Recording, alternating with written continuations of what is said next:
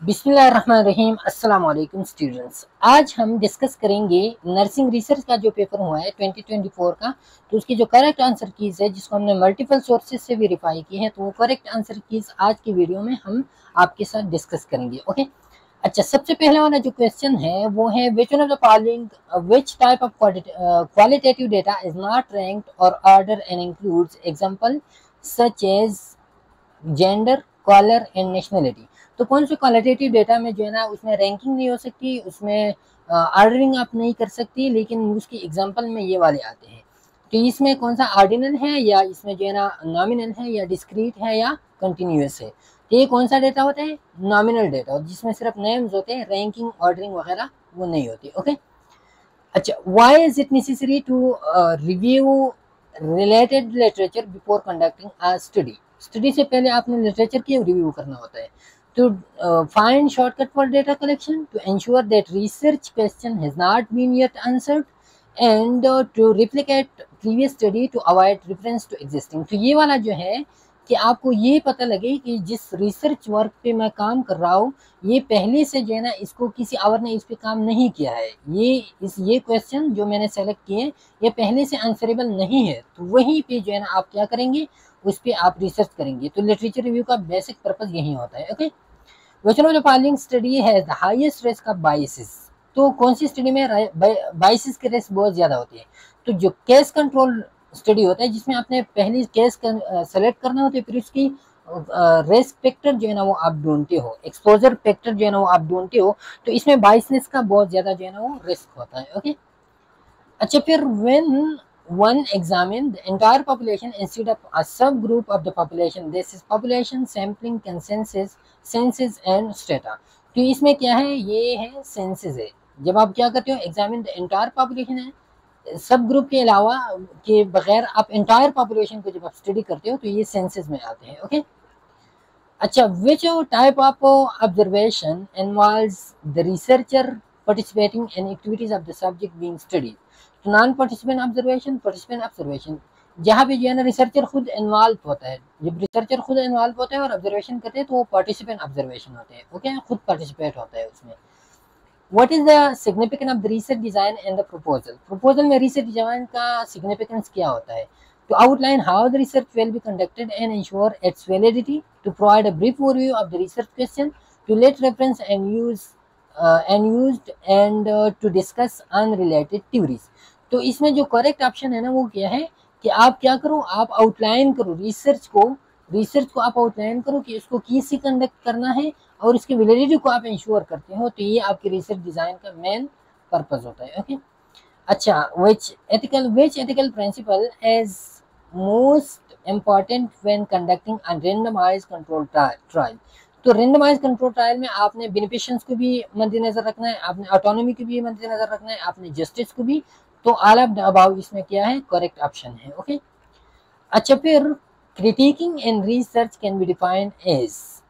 तो रिसर्च में जब आप क्रिटिक करते हो तो ये इसका डिफिनेशन क्या है? An important method of criticizing the decision made by the researcher comparing. तो ये लेंथी है, लेकिन इसमें जो लास्ट वाला ऑप्शन है, taking a balance view of both side strength and instruction of the study in order to evaluate the extent to which provides a sound base for decision making. Okay, तो ये आपका जो है ना क्या है कि आप दोनों साइड की स्ट्रेंथ वीकनेसेस को आप जो है ना क्या करो, आप डिफाइन करो और उसकी बेस पे फिर आप नेक्स्ट में डिसीजन ले सकते हो। तो ये क्रिटिक का बेसिक पर्पज होता है। अच्छा, what is the focus of explanatory research. Explanatory research का मेन फोकस क्या होता है?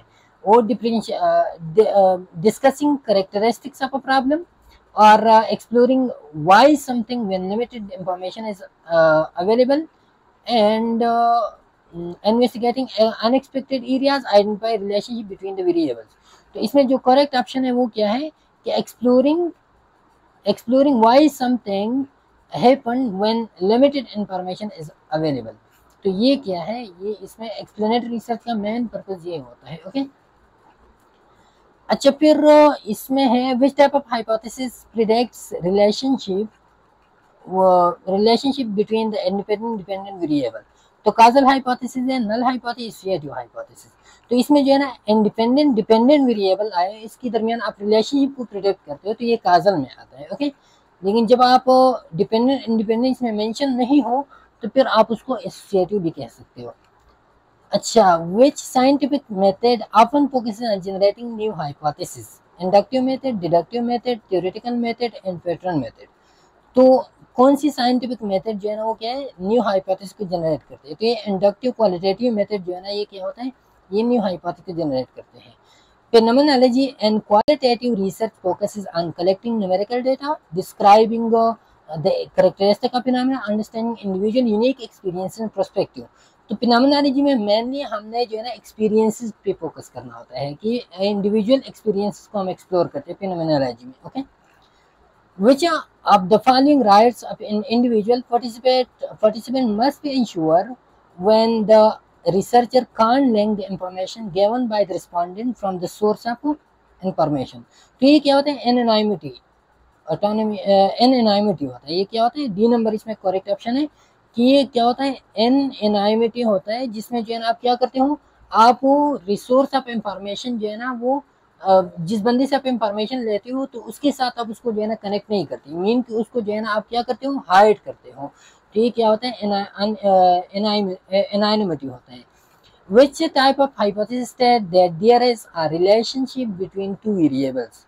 तो कौन सा होता है कि दो वेरिएबल में जो है ना रिलेशनशिप है। तो ये कौन सा अल्टरनेटिव हाइपोथेसिस है, नल हाइपोथेसिस ये कहता है, डायरेक्शनल हाइपोथेसिस कहते हैं कि there is a relationship between two there is a relationship between two variable. तो ये कौन सा वाला कहता है, ये हमारे पास जो है ना ये अल्टरनेटिव हाइपोथेसिस, सॉरी ये अल्टरनेटिव हाइपोथेसिस कहते हैं। नल हाइपोथेसिस कहते हैं कि जैसे there is no relationship between the variable, और अल्टरनेटिव हाइपोथेसिस कहते हैं कि there is a relationship between the variable. Directional, non directional फिर वो डायरेक्शन के साथ जो है ना वो रिलेट करते हैं। ओके, अच्छा, which type of research design investigates the problem background details and conventional pattern to fully comprehend it? तो ये एक्सप्लोरेटरी रिसर्च में आता है, ये जो है ना डिस्क्रिप्टिव रिसर्च में, या ये कोरिलेशनल में, या ये एक्सप्लेनेटरी में। तो ये एक्सप्लोरेटरी रिसर्च होता है, इसमें क्या होता है कि प्रॉब्लम बैकग्राउंड को जो है ना या कन्वेंशनल पैटर्न अंडरस्टैंडिंग के लिए हम वो क्रिएट करते हैं। तो ये क्या होता है, एक्सप्लोरेटरी रिसर्च में आता है। Which of the following scale of measurement is appropriate to measure the weight of a patient? तो वेट पेशेंट के वेट के लिए जो है ना हम रेशियो स्केल को यूज करते हैं, जिसमें केजी वगैरह, जिसमें ट्रू जीरो होता है। Okay, ratio scale. अच्छा, the non random sample type that involves selecting a sample from a population with a specific set of characteristic for your research study is called. Convenience sampling है, या प्रपोजियो sampling है, या Kota sampling है, या snowball sampling है, snowball. तो ये क्या है, ये प्रपोजियो सैंपल है, जिसमें आप अपनी पर्पस की कैरेक्टरिस्टिक जो है ना वो आप स्टडी करते हो। Okay, how does understanding the concept of validity impact your approach to designing research study? तो ये it encourage faster completion of the study, it ensure the study measure what it intends to measure. Validity क्या होता है कि आप जो चीज़ intend करते हो और वो आपको जो है ना वो अचीव हो जाए, तो ये फिर क्या होता है, ये वैलिडिटी होता है। ओके, तो ये वाला ऑप्शन इसमें करेक्ट है। What type of study involves detailed investigation of individual to improve knowledge of a disease? तो experimental study, descriptive study, analytical, या क्विज एक्सपेरिमेंटल। तो इसमें क्या होता है, एक्सपेरिमेंटल स्टडी में हम डिस्क्रिप्टिव स्टडी में हम detail investigation of individual to improve knowledge of disease वो हम करते हैं। Okay, detail investigation of descriptive study में हम करते हैं। अच्छा, फिर what is the primary function of the literature review and research proposal? Research proposal में जो है ना लिटरेचर रिव्यू का क्या प्राइमरी पर्पज होता है? टू स्क्राइब, तो ये हमने ऊपर भी पढ़ा, to show that the questions are not yet answerable. Okay, ये आप जो है ना ये आप क्या करो, ये बात आप वो करो कि आप ये मालूम करो कि ये क्वेश्चन जो है ना ये पहले से आंसरेबल नहीं है। तो ये आपकी लिटरेचर रिव्यू का मेन पर्पज होता है। What is the main purpose of ethnographic research? Ethnographic research का main purpose क्या होता है? Analyze statistical data to become part of social setting to understand people's perspective। तो आप क्या करते हो, आप इसमें जो है ना सोशल सेटिंग का पार्ट बनते हो, आप लोगों की कल्चर जो है ना स्टडी करते हो, लोगों की जो पर्सपेक्टिव होता है वो आप अंडरस्टैंड करते हो। Okay, which of the scale are required for critiquing a research study? Critical thinking scale, appraisal scale, analytical scale, each of the above skills are necessary for critical thinking. तो ये सारे के सारे जो है ना इसमें क्या है, करेक्ट है। ओके, तो डी नंबर इसमें करेक्ट ऑप्शन है। अच्छा, reasoning from general to specific, सब जब आप जनरल से स्पेसिफिक की तरफ जाते हो तो ये कौन सा वाला होता है, ये डिडक्शन होता है, डिड्यूस आप करते हो, जनरल टू स्पेसिफिक आप जाते हो। ओके, अच्छा फिर 24 पे what is it called when the participant are not revealed to anyone but researcher and staff. जब रिसर्चर और स्टाफ को पता हो लेकिन किसी और को पता न हो तो ये फिर क्या आता है, इसमें ये कॉन्फिडेंशियलिटी में आता है। किस चीज़ में आता है, कॉन्फिडेंशियलिटी में आता है। अच्छा फिर the exploration of phenomena typically in-depth and holistic passion through the collection of rich narrative material using a flexible research design is known as। तो ये किस में आता है, ये क्वालिटेटिव स्टडी में आप इन डेप्थ स्टडी करते हो। ओके, क्वालिटेटिव रिसर्च में। अच्छा, which proposal section is intended to describe the purpose with a full statement of research question. Research question का आप जो है ना क्या करते हो, फुल स्टेटमेंट उसमें आप मेंशन करते हो। तो ये कौन सा सेक्शन होता है, ये इंट्रोडक्शन सेक्शन में आप रिसर्च क्वेश्चन को पूरी जो है ना वो मेंशन करते हो। अच्छा फिर the primary purpose of reviewing relevant literature as to select the research design for literature, delineate the existing knowledge and interpret previous research and फिर जो है ना develop conceptual and operational definition of the variable. तो ये जो डिलिनेट the existing knowledge ये क्या है, ये इसमें करेक्ट ऑप्शन है। ओके, 28 पे what is an essential characteristics of a good research question. Research question जो है ना वो गुड रिसर्च क्वेश्चन कौन सा होगा, it should be easily answerable, it should be important and not yet answered by the other researcher, it should have a wide scope, it should be complex and multi-stage। तो ये वाला जो हम ऊपर से 3 क्वेश्चंस में हमने ये वाला डिस्कस किया कि रिसर्च के लिए आप उस क्वेश्चन को सेलेक्ट करेंगे जो पहले से आंसरेबल नहीं हो, आप न्यू चीजें इनोवेशन आप रिसर्च में लाएंगे। What role does researcher triangulation play in qualitative research. तो ट्रायंगुलेशन में हम मल्टीपल मेथड्स को, मल्टीपल रिसर्चर को ये हम अप्लाई करते हैं। तो जब रिसर्चर ट्रायंगुलेशन होता है तो रिसर्चर ट्रायंगुलेशन में हम मल्टीपल रिसर्चर के थ्रू जो है ना अपनी डेटा को वेरीफाई करते हैं। ओके, तो it reduce the need for large sample size, it confirm finding bye involving multiple researcher. तो ये इसमें क्या है, मल्टीपल रिसर्चर जब आप इन्वॉल्व करते हो। अच्छा, which are involving best describe a quasi experimental design. तो क्विज़ाई एक्सपेरिमेंटल डिजाइन जो है ना वो कौन सी बेस्ट डिस्क्राइब करते हैं, इट रैंडम असाइनमेंट नहीं, ये तो इसमें नहीं होता। Lack randomization but involves intervention, ये वाला करेक्ट है कि इसमें आप इंटरवेंशन करते हो लेकिन रेंडमाइजेशन आप इसमें नहीं करते। It is no control group, control group कभी कभार होता है कभी कभार नहीं होता, तो इस वजह से ये करेक्ट नहीं है। Okay, so the investigation of phenomena that lend themselves to precise measurement and objective values, often involving rigorous and controlled design, quantitative research, qualitative research, ethnographic research and philosophical research। The investigating of phenomena that lend themselves to precise measurement and objective value and involving rigorous and controlled design। तो इधर क्या है, इसमें objective value इसमें mention है, तो ये क्या है, ये क्वालिटेटिव रिसर्च, क्वांटिटेटिव रिसर्च है। Okay, which type of research involves both qualitative and qualitative data, quantitative qualitative data दोनों जब इन्वॉल्व होते हैं तो वो मिक्स मेथड रिसर्च जिसको हम कहते हैं, क्या कहते हैं उसको हम, मिक्स्ड मेथड रिसर्च। अच्छा, how does ensuring reliability and validity of data gathering tools enhance the quality of qualitative research? It reduces the length of the interview, it enhances the trustworthiness and credibility of the finding। तो ये वाला reliability, trustworthiness, validity, credibility को increase करते हैं, तो दोनों trustworthiness and credibility of the finding इसी वजह से enhance होते हैं। Okay, what is the significance of maintaining ethical standards and research? ethical standards जब आप maintain रखते हो तो इसी की वजह से speed of data collection increase होता है, नहीं, it enhances the credibility and integrity of the research। ये वाला क्या है, इसमें करेक्ट ऑप्शन है।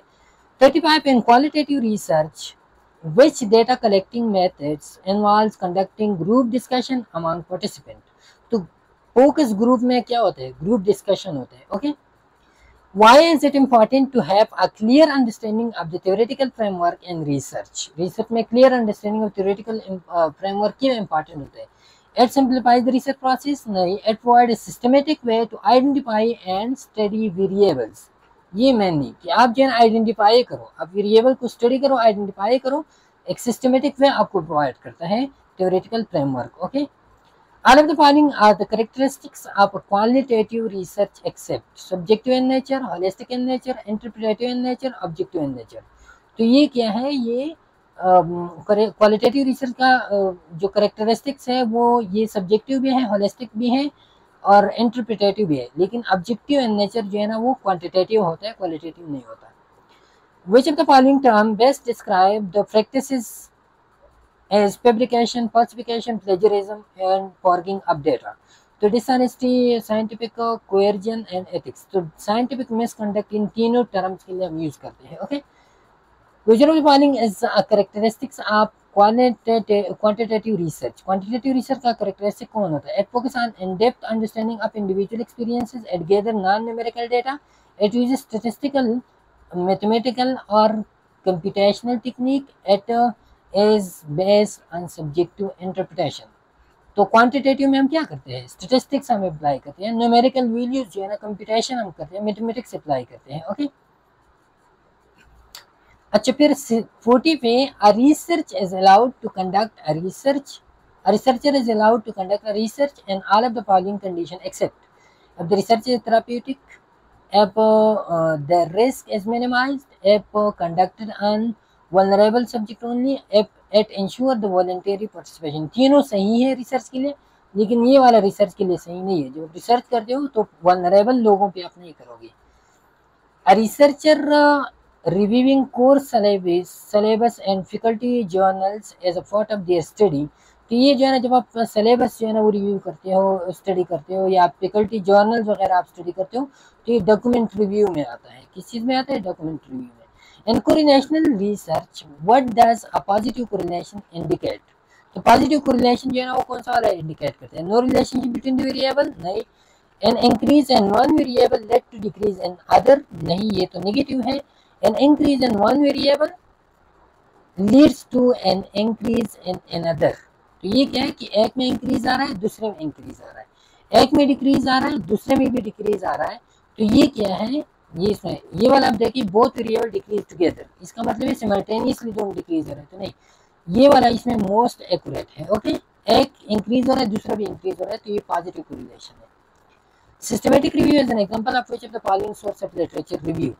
तो सिस्टमेटिक रिव्यू हम सेकेंडरी सोर्सेज में डालते हैं. सिस्टमेटिक रिव्यू ये किस कौन से वाले में होता है? Secondary sources of literature review में होता है. Okay. In case control study the researcher follow up the case tell the outcome of year. Case control में हम क्या करते हैं? पहले हम आउटकम्स को ढूंढते हैं, फिर उसकी एक्सपोजर जो है ना, तो आउटकम्स के साथ हम जो है ना प्रीवियस टाइम एसोसिएशन स्टडी करते हैं. तो assess the time association of the factor in the past में आप टाइम एसोसिएशन को जो है ना वो असेस करते हो with the present outcome. Present outcome आपके हैंड में है, प्रेजेंट आउटकम आपके साथ है, पास्ट को आप स्टडी करते हो. तो ये क्या है? ये आपका केस कंट्रोल स्टडी है. ओके. और ये जो है ना असेस द आउटकम, तो आउटकम तो आप असेस नहीं करते ना, असेस आउटकम तो आपके पास है. आप पास्ट में टाइम एसोसिएशन के साथ आप पास्ट में फैक्टर को जो है ना स्टडी करते हो. अच्छा, what type of the data can be counted and included? Example like heart rate and number of patient in the clinical. तो number of patient, heart rate, ये क्या है? ये आता है डिस्क्रीट में, काउंटेबल डेटा है, ये डिस्क्रीट में आता है. ओके. अच्छा, an atom under the study is known as. तो atom under the study as data और एलिमेंट और सैंपल और पैरामीटर. याद रखिए ये सैंपल है, डेटा में भी थोड़ी सी कंफ्यूजन है, लेकिन एटम अंडर स्टडी ये डेटा जो है ना ये फिर सैंपल से हम लेते हैं. ओके. तो आपका जो एटम होता है जहाँ से आप डेटा लेते हो वो आपका एटम होता है, और वो एटम जो है ना वो सैंपल होता है जिससे आप डेटा कलेक्ट करते हो. तो atom under study is sample. The final stage in grounded theory data analysis include selective coding, open coding, axial coding, data structurisation. तो सेलेक्टिव कोडिंग जो है ना ये क्या होता है? ये फाइनल स्टेज आप the grounded theory data analysis होता है. ओके. अच्छा, what type of hypothesis state that there is a relationship exists between but does not predict the nature. Relationship है लेकिन नेचर का पता नहीं कि पॉजिटिव या नेगेटिव है. ओके. तो ये कौन सा वाला बताता है हमें, ये नॉन डायरेक्शनल हाइपोथेसिस ये वाला हमें बताता है। How should the scope and limitation of the study be presented. तो स्कोप एंड लिमिटेशन हम किस तरह जो है ना वो प्रेजेंट करते हैं। Exaggerate the scope of the research, clearly define what is and agent cover the research. तो ये क्या होता है कि आपने जो चीज़ें कवर की है, जो कवर नहीं की है, तो आपकी स्ट्रेंथ और वीकनेसेस होते हैं जिसको आप क्लियरली डिफाइन करते हो। Which type of hypothesis said that there is no significant relationship between two variables? तो कौन सा हाइपोथेसिस ये कहते हैं कि there is no significant relationship between the two variables, that is the null hypothesis. Okay. The primary objective of experimental methodology is ensure external validity, eliminate type 1 error, improve internal. तो इसमें type 1 error भी कुछ लोग जो है ना वो कहते हैं कि ठीक है, लेकिन इसमें मोस्ट सुटेबल जो है ना वो क्या है, इम्प्रूव इंटरनल वैलिडिटी। ये इसका करेक्ट ऑप्शन है एक्सपेरिमेंटल मेथोडोलॉजी का। अच्छा, what is the definition of research nursing research according to Polit and Beck. Polit and Beck ने जो डेफिनेशन किया था तो वो ये वाला था, अ सिस्टमेटिक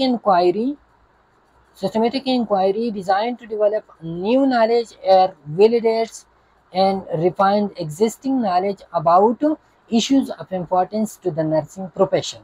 तो ये जो लेंथी डेफिनेशन है जो बनाया है ये Follett एंड बेक ने ये वाला बताया है। ओके। अच्छा, normal saline flush with heparin is more effective than normal saline flush alone and maintaining patency of the intermittent intravenous site is which of the following hypothesis. तो ये जो मुझे ज्यादा लग रहा है ना, ये क्या है, ये एक तो डायरेक्शनल है, डायरेक्शनल इस वजह से कि हेपरिन जो है ना वो more effective than normal saline है। ओके। दूसरा जो है ना ये सिंपल भी है, कॉम्प्लेक्स रिलेशनशिप नहीं है, सिर्फ एक रिलेशनशिप इधर जो है ना वो डिस्कस हुआ है, तो सिंपल एंड डायरेक्शनल मुझे लग रहा है ज्यादातर। The categories into which ideas, impression and observation of the world can be placed and are not readily measurable, visible or touchable are known as hypothesis, variable, numerics and concept. तो ये किस चीज में आता है कि the categories in which ideas and impression, observation of the world can be placed and are not readily measurable, visible और touchable. तो ये जो है ना ये किस चीज में आता है, ये आता है कंसेप्ट में, कि वो जो है ना वो मेजरेबल भी नहीं होता, विजिबल भी नहीं होता, टचेबल भी नहीं होती। ओके। तो ये मोस्टली ये कंसेप्ट है। The degree to which study findings are influenced by the presence of systematic error. तो सिस्टमेटिक एरर जो वो करते हैं, इन्फ्लुएंस करते हैं आपकी स्टडी फाइंडिंग्स को, तो ये बाइस में आते हैं। Okay. Why is it important to minimize extraneous variable in an experimental design? ये क्यों जो है इम्पॉर्टेंट है कि आप क्या करते हो, एक्सट्रीनियस वेरिएबल को आप मिनिमाइज करते हो। क्यों? क्योंकि आपके फाइनल रिजल्ट को अफेक्ट करते हैं। To reduce the number of participant needed नहीं, टू इंक्रीज पार्टिसिपेंट सेटिस्फेक्शन नहीं, to prevent interference with the study outcome, आपकी स्टडी आउटकम में इंटरफेरेंस ना आ जाए। अच्छा, what is the initial key step in employing evidence based practice to answer a clinical problem. तो सबसे पहले आपने क्या करना होता है, आपने क्वेश्चन को फॉर्मुलेट करना है, उसके बाद जो है ना फिर आप जाएंगे एविडेंस वगैरह जो है ना वो आप ढूंढ लेंगे। ओके। अच्छा, व्हाट इज सैम्पलिंग यूनिट। तो sampling unit is the basic unit containing the elements of the population to be sampled. तो ये इसमें करेक्ट ऑप्शन है। A quasi experimental design is characterized by manipulation of the independent variable and it has। तो ये क्या होता है, इसमें random assignment of the subject and to control नहीं, no randomization of the group। तो ये इसमें क्या है कि इसमें जो है ना ग्रुप के रेंडमाइजेशन नहीं होती। इसके मेजर कैरेक्टरिस्टिक है, ये 2 मरतबा ये क्वेश्चन आया इस पेपर में। A nursing instructor is teaching nursing student about principle of ethics in healthcare and she tells them that the utmost important principle to observe while taking care of the patient is doing no harm. The principle of ethics she described here is non-malfeasance, justice, veracity, respect of autonomy। तो ये क्या है कि आप जो है ना patient को नो हार्म वाला प्रिंसिपल जो है वो क्या है, वो नॉन मालफिशियंस है। Okay. What type of sampling involves random selection. Random selection जो है ना वो प्रोबेबिलिटी में होता है, ये तो इजी है, प्रोबेबिलिटी में हम रैंडम सिलेक्शन करते हैं। ये बाकी सारे के सारे नॉन प्रोबेबिलिटी के टाइप्स है। अच्छा, phenomenology has its disciplinary origin and philosophy. तो फिनोमेनोलॉजी ने ये फिलॉसफी का एक ओरिजिन है। Okay, origin of discipline, origin philosophy का ब्रांच है ये फिनोमेनोलॉजी। अच्छा, what is the primary reason for using snowball sampling and qualitative reason research? To quickly gather a large sample, to study small specific population, to ensure equal presentation of the trait, and to save time and resources. तो आपके जो snowball sampling जब आप करते हो ना, तो snowball sampling में आपका मेन पर्पस क्या होता है? आपका मेन पर्पस ये होता है कि आप जिस बंदे को एक छोटी सी लोग और स्पेसिफिक करेक्टर आप स्टडी करना चाहते हो, तो आप एक बंदे को कहते हो कि आप अपनी तरह, अपनी करेक्टरिस्टिक की तरह दूसरा बंदा जो है ना मेरे लिए ढूंढो। तो इसमें आप क्या करते हो, स्मॉल एंड स्पेसिफिक पॉपुलेशन जो है ना वो आप स्टडी करते हो। Okay, emic and etic both of the reviews of reality are taken in consideration during which of the following specific type of research। तो ये इजी है, ये एथनोग्राफिकल में हम एमिक और एथिक्स के ख्याल रखते हैं। ओके, अच्छा, evidence based practice include best available evidence, individual clinical experiences and patient values, all of the above. तो ऑल ऑफ द, ये तीनों जो है ना एविडेंस बेस्ड प्रैक्टिस में आते हैं। Advantage of random sampling for studying the general human population include it can be applied to any population. It is easy to do. Estimates obtained are not biased, and the sample cannot be referred to unknown population. तो random sampling का advantage mainly क्या होता है? Mainly ये होता है कि बाइसनेस इसी की वजह से ख़त्म होती है। ओके, तो आप जो रिजल्ट, जो आउटकम आप इंटरप्रिटेशन आप करते हो, तो उस इंटरप्रिटेशन में बाइसनेस जो है ना वो क्या होते हैं, वो ख़त्म होती है। इसका मोस्ट करेक्ट ऑप्शन है। You may find it useful to apply a different critique framework to qualitative research from that used for quantitative। तो ये कहता है कि क्वालिटेटिव के लिए आप एक टाइप की क्रिटिक फ्रेमवर्क जो है ना वो यूज करते हो, क्वांटिटेटिव के लिए अलग टाइप ऑफ क्रिटिक फ्रेमवर्क आप यूज करते हो, दोनों के लिए सेम क्यों यूज नहीं करते। तो इसका जो लास्ट ऑप्शन है ये करेक्ट ऑप्शन इसका ये कि दोनों का मतलब ये कि क्वालिटेटिव रिसर्च अलग रिसर्च होता है, qualitative is different from quantitative research, therefore it becomes difficult to apply the same criteria। तो इसी वजह से दोनों को हम जो है ना एक रिसर्च, एक फ्रेमवर्क को अप्लाई नहीं करते, क्योंकि दोनों एक दूसरे से अलग है। Okay, which of the following sources of knowledge is described as an insight or understanding of a situation as a whole that cannot be explained logically। तो ये क्या है कि इसमें आप इंसाइट को यूज करते हो, सिचुएशन को आप अंडरस्टैंड करते हो, आप नॉलेज से हट कर जाते हो, तो ये इंट्यूशन होता है। ओके, क्या होता है? इंट्यूशन ये होता है, जिसको हम गट फीलिंग्स कहते हैं। अच्छा, a set of procedure that defines and represent particular variable is called. तो सेट ऑफ प्रोसीजर जिसमें आप पर्टिकुलर वेरिएबल को रिप्रेजेंट करते हो, डिफाइन करते हो, तो ये आपका आता है ऑपरेशनल डिफिनीशन। ओके, इसमें आप पर्टिकुलर वेरिएबल को रिप्रेजेंट करते हो, आइडेंटिफाई करते हो, मेजर करते हो, तो ये क्या होता है? ऑपरेशनल डिफिनीशन होता है। Which type of research design produce positive outcomes against control? Descriptive research, correlational research, quasi-experimental research, experimental research। तो रिसर्च डिज़ाइन में जो है ना produce positive outcome against control, control के खिलाफ जो विच type of research design produce positive outcome against control, control के खिलाफ आप पॉजिटिव आउटकम जब आपके साथ एक कंट्रोल ग्रुप होता है और दूसरा जो है ना आपके पास क्या होता है, दूसरी से जो है ना आप उस कंट्रोल के अगेंस्ट आप पॉजिटिव आउटकम को जो है ना जनरेट करते हो। तो कंट्रोल और एक्सपेरिमेंटल ग्रुप आपके पास जो है ना वो एक्सपेरिमेंटल रिसर्च में, फिजाई में भी होता है, लेकिन फिजाई में कभी कभार कंट्रोल ग्रुप मिस होता है। ओके, तो अगेन जो मोस्ट सुटेबल है वो क्या है कि पॉजिटिव आउटकम अगेंस्ट कंट्रोल जब आप प्रोड्यूस करते हो तो एक्सपेरिमेंटल रिसर्च स्टडी में। ये था नर्सिंग रिसर्च का पेपर। उम्मीद है आपको जो है ना समझ आ गया होगा। फिर भी अगर आपको कोई कंफ्यूजन हो, कोई ऑप्शन आपको लग रहा हो कि मिसमैच हुआ है, तो आप कमेंट सेक्शन में जो है ना वो आप पूछ सकते हो, हम आपको जो है ना उधर रिप्लाई करेंगे इंशाल्लाह। फिर नेक्स्ट में मुलाकात होगी, तब तक के लिए इजाज़त दीजिए। अल्लाह हाफिज़।